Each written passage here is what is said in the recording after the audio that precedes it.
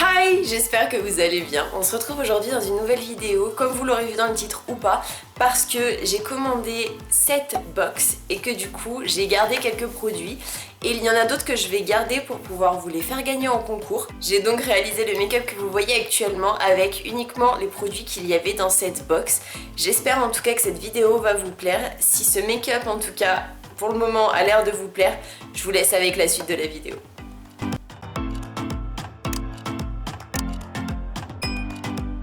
Actuellement, j'ai juste mis un masque que j'ai acheté chez Action à la pastèque pour m'hydrater la peau.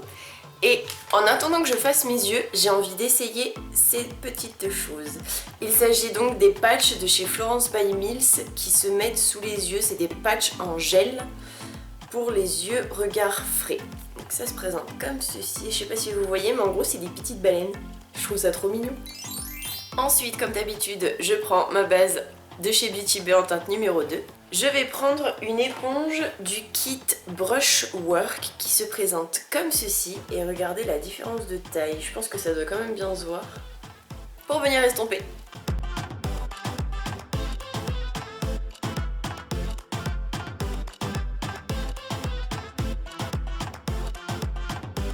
Maintenant, je prends la palette de chez XX Revolution, la XX Press Shadow Palette, qui se présente comme ceci en teinte XX Posed. Et quand on l'ouvre, elle est comme ceci.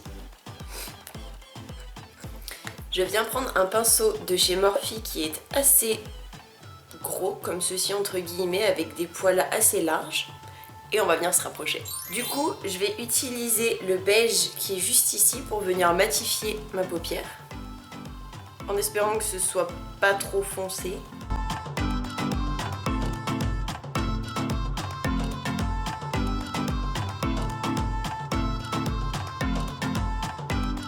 Ça va, je suis plutôt contente. Au niveau de la teinte, elle est vraiment pas mal.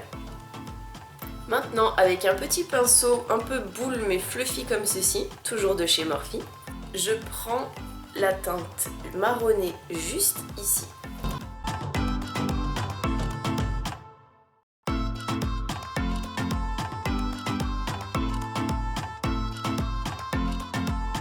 Avec mon 231 de chez Zoeva. Je prends maintenant la teinte qui est juste ici, couleur brique.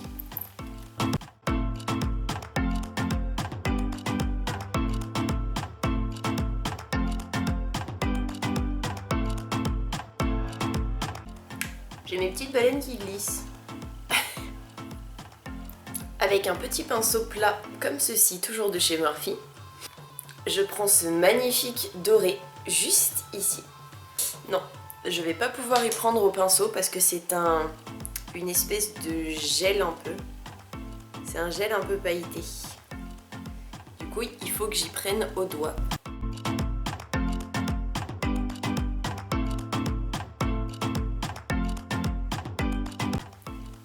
Cette teinte est magnifique.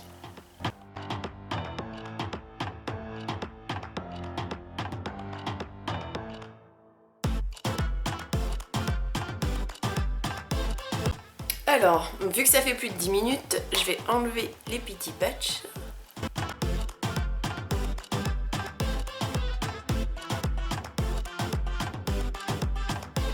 Maintenant, je reprends mon éponge avec la CC+ de chez It Cosmetics en teinte fer.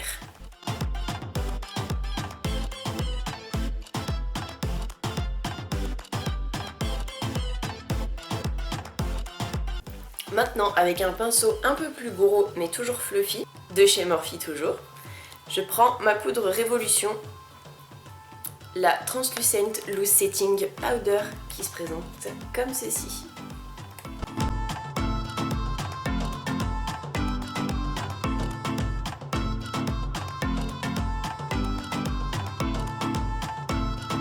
Toujours avec un pinceau de chez Morphe, mais pas le même, il est un tout petit peu plus petit celui-ci. Je prends ma poudre bronzante Terracotta de chez Guerlain en teinte 3 moyen doré.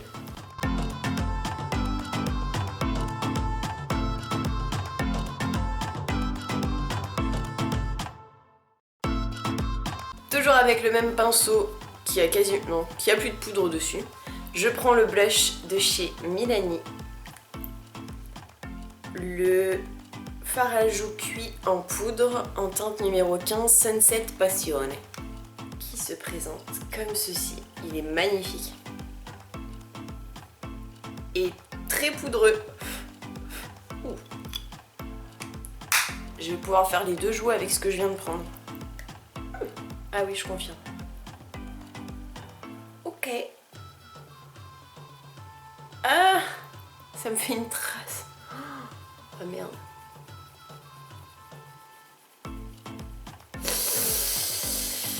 Ok. Ouais.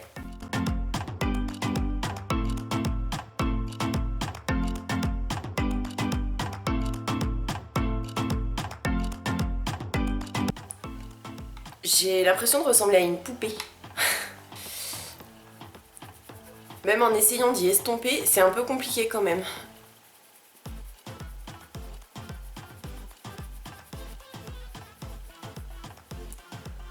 J'ai plus de joues. Niveau pigmentation, il y en a, je peux rien dire là-dessus. Alors pour estomper un petit peu, je viens d'utiliser mon éponge avec laquelle j'ai appliqué ma CC+ de chez It Cosmetics, sans aucune matière en plus, juste histoire d'estomper un petit peu, et ça a l'air de marcher. Donc, après avoir blendé pendant genre 10 minutes, j'ai enfin réussi à enlever le surplus grâce à l'éponge. Donc on voit quand même encore un petit peu le bronzer et le blush, mais au moins là je ressemble plus à un clown, c'est déjà ça. Du coup niveau pigmentation, vraiment, allez-y, vraiment mollo. Genre c'est même pas, comment dire, en fait il est hyper poudreux. Moi j'ai juste trempé un tout petit peu mon pinceau dedans, mais quand je dis trempé c'est juste j'ai frotté un petit peu. Et ça m'a fait une poudre vraiment violent quoi. Du coup il faut, vu qu'il est cuit, je pense que c'est par rapport à ça, il faut vraiment juste le frôler. Et encore, je pense que même juste le frôler, ouais, j'ai juste frôlé avec mon doigt, pour vous dire. Donc je pense qu'il faut vraiment y aller en y frôlant, et encore, je pense que même comme ça il va falloir bien blender. Maintenant, j'utilise de chez Ofra, donc qui se présente comme ceci, le Rodeo Drive Highlighter. Et j'ai bien envie de l'appliquer avec le 228 de chez Zoeva.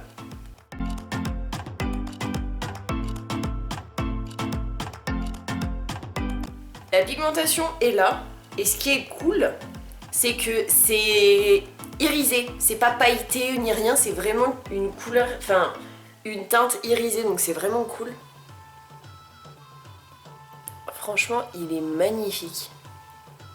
Et ce qui est vraiment bien, c'est qu'il n'est pas du tout poudreux. Quand je trempe mon pinceau dedans, il n'y a pas de poudre qui se fait. Il est tellement compact et agréable. Même avec le 228 de chez Zoeva, c'est un bonheur de l'utiliser. Il est magnifique. Il est super beau. Il se voit quand même pas mal. Bon, alors avec le blush que j'ai fait un peu de la merde. Désolée. Mais franchement, il est magnifique. Et pour finir, je prends le Wet n Wild Lash Renegade qui se présente comme ceci.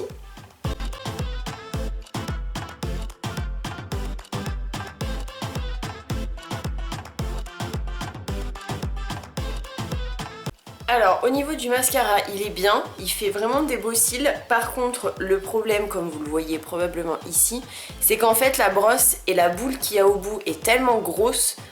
Enfin, je veux dire, la brosse au bout là, le petit rond est tellement immense que du coup ça va sur ma paupière et sur le creux de paupière. Et enfin pour finir, j'utilise de lip gloss de chez Beauty Bay en teinte Candy comme d'habitude.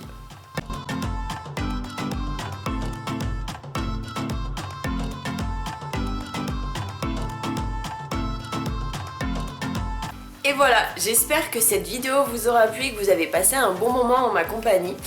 Personnellement,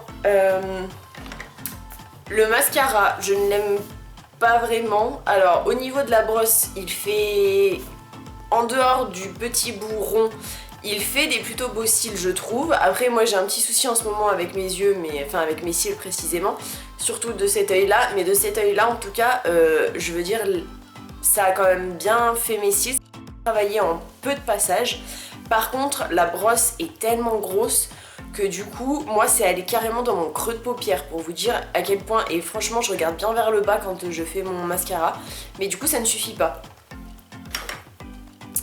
La palette de chez Révolution, elle est magnifique. Alors, le beige juste ici, je l'ai utilisé comme fard pour matifier ma base et franchement ça a fait quasiment exactement la teinte de ma peau, donc ça c'est vraiment super cool.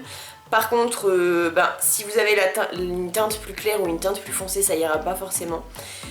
Les deux mats se marient super bien ensemble et au niveau du pailleté qu'on voit juste ici, il n'est pas réellement pailleté. C'est plutôt un gel, enfin c'est plutôt un fard un peu crémeux.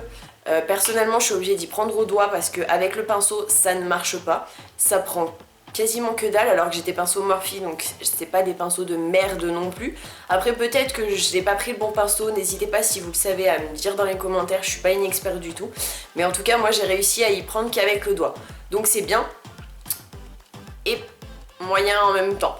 Mais en tout cas cette palette est juste magnifique, que ce soit le packaging qui est superbe ou la palette en elle-même, franchement elle vaut vraiment le coup.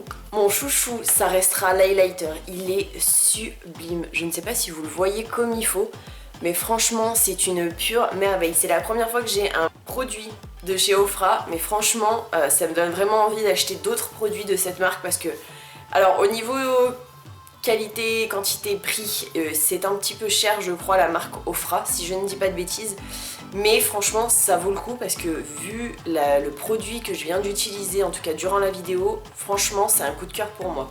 Au niveau du blush, beaucoup trop foncé pour moi, même en remettant du fond de teint ça a été un peu compliqué. Alors le travailler au pinceau, n'y pensez même pas.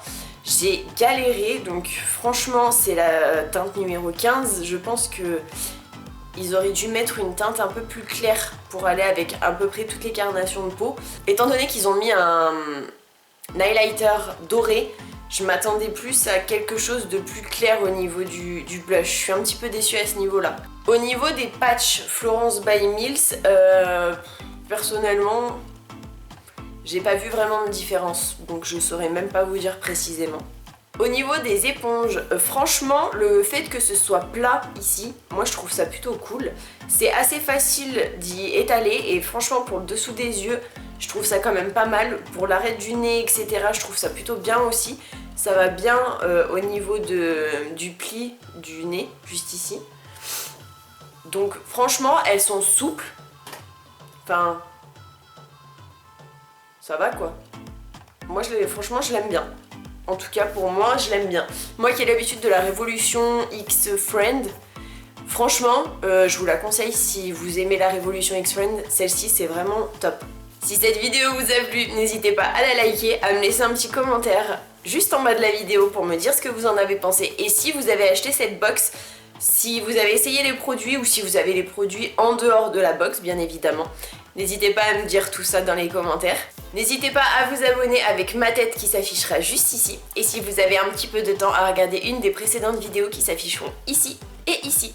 Et moi je vous fais plein d'énormes bisous et je vous dis à mardi pour une nouvelle vidéo.